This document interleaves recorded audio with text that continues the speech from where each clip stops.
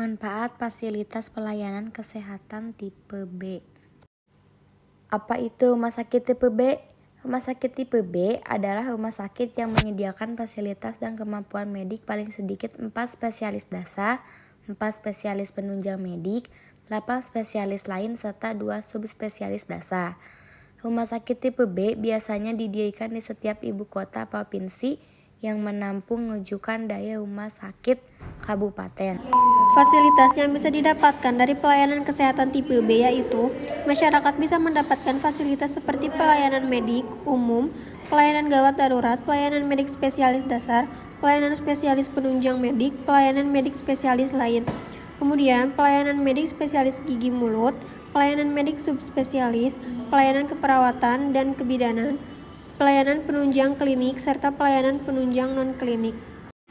Izin pendirian dan operasional rumah sakit tipe B diberikan oleh gubernur setelah mendapatkan notifikasi dari kepala dinas yang berwenang di bidang kesehatan pada Pemda provinsi. Rumah sakit tipe B memiliki jumlah tempat tidur paling sedikit 200 buah. Apa itu fasilitas kesehatan?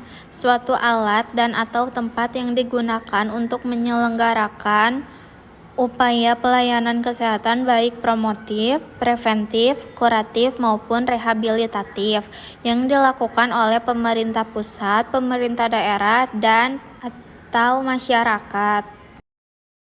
Pelayanan kesehatan ada dua, yaitu pelayanan kesehatan perorangan, pelayanan kesehatan masyarakat. Jenis fasilitas pelayanan kesehatan. 1. Tempat praktik mandiri tenaga kesehatan. 2. Pusat kesehatan masyarakat. 3. Klinik. 4. Rumah sakit. 5. Apotik. 6. Unit transfusi darah. 7. Laboratorium kesehatan. 8. Optikal. 9. Fasilitas pelayanan kedokteran untuk kepentingan hukum. 10. Fasilitas pelayanan kesehatan tradisional.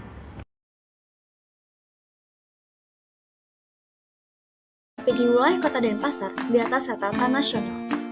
Tahukah Anda, rasio rujukan FKTP merupakan perbandingan jumlah rujukan peserta dari FKTP ke FKRTL terhadap total kunjungan di FKTP pada periode tertentu.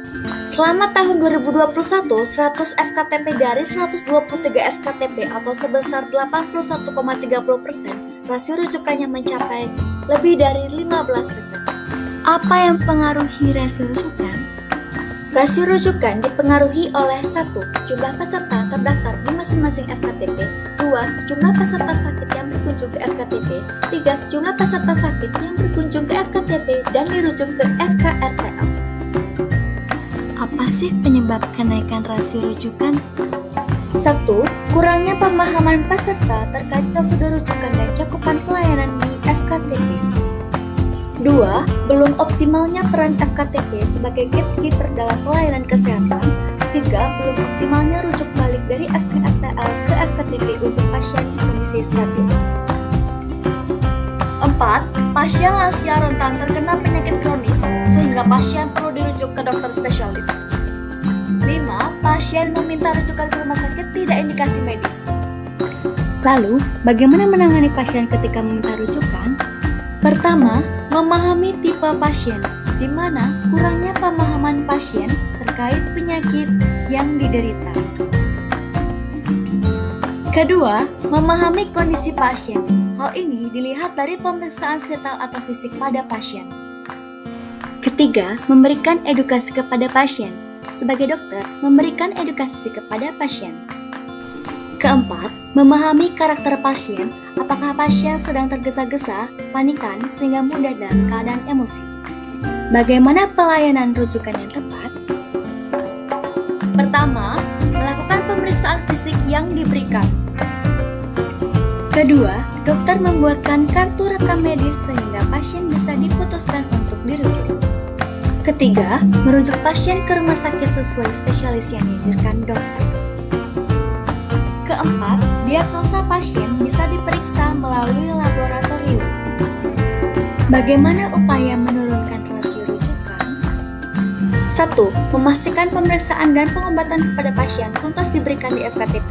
2. FKRTL atau rumah sakit mengembalikan pasien-pasien yang sudah stabil kondisinya dengan surat rujukan atau SRP.